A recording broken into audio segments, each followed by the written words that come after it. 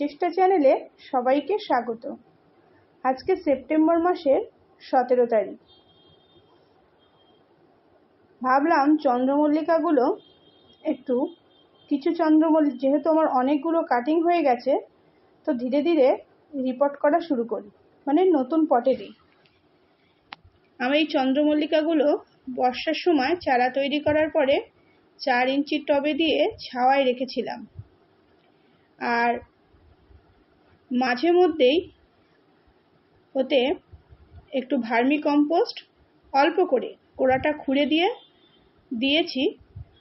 আর short ভিডিওয়ে দেখিয়েছিলাম যখন গাছগুলো খুব ছোট ছোট ছিল, তখন 15 দিন অন্তর এই গাছে আমি হিউমিক অ্যাসিড, ইপসাম সল্ট একসঙ্গে গুলে নিয়ে এই গাছে লিকুইডটা দিয়েছিলাম।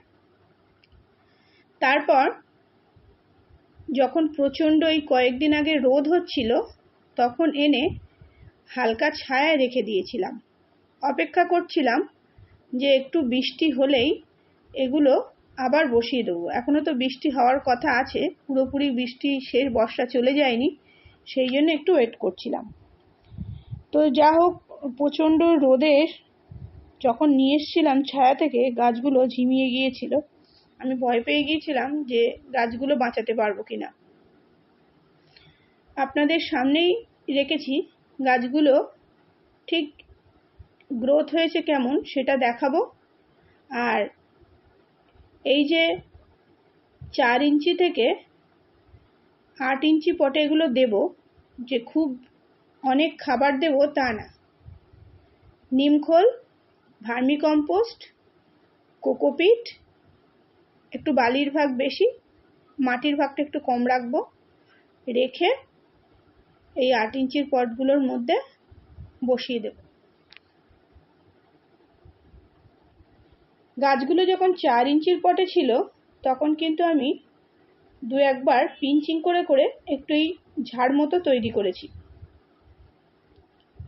এইবার 8 ইঞ্চির পটে দেওয়ার পরে আমি সর্ষের খোল ভিজিয়ে রেখেছি, সেগুলোই এই দিন 15 বেশ কয়েকদিন অন্তর অন্তর হালকা করে গাছগুলোতে দেব। আশা করছি গাছগুলোর ভালোই গ্রোথ হবে। দেখুন গাছগুলোতে কতটা করে শিকড় হয়েছে। চন্দ্রমল্লিকা গাছগুলো বর্ষার সময় কাটিং থেকে তৈরি করে নিলে,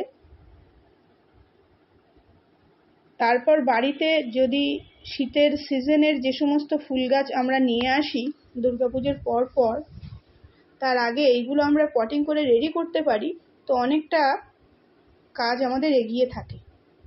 কারণ নার্সারি থেকে যখন গাছ আনবো, তখন আনার সাথে সাথে পরপর সেগুলো যত্ন করতে করতে বেশ অনেকটা সময়ই নষ্ট হয়ে যায়। চন্দ্রমল্লিকা কিন্তু শীতের বাগানের সবার প্রথমেই ফুল দেওয়া শুরু করে।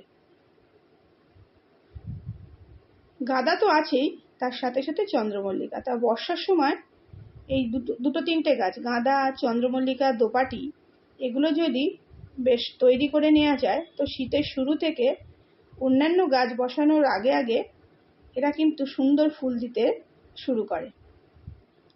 তো আপনাদের কাছে যদি চন্দ্রমল্লিকার কাটিং রেডি হয়ে থাকে, তো চেষ্টা করুন সেপ্টেম্বর মাসের মধ্যেই সেগুলো একটু বড় পটে দিয়ে দেওয়া।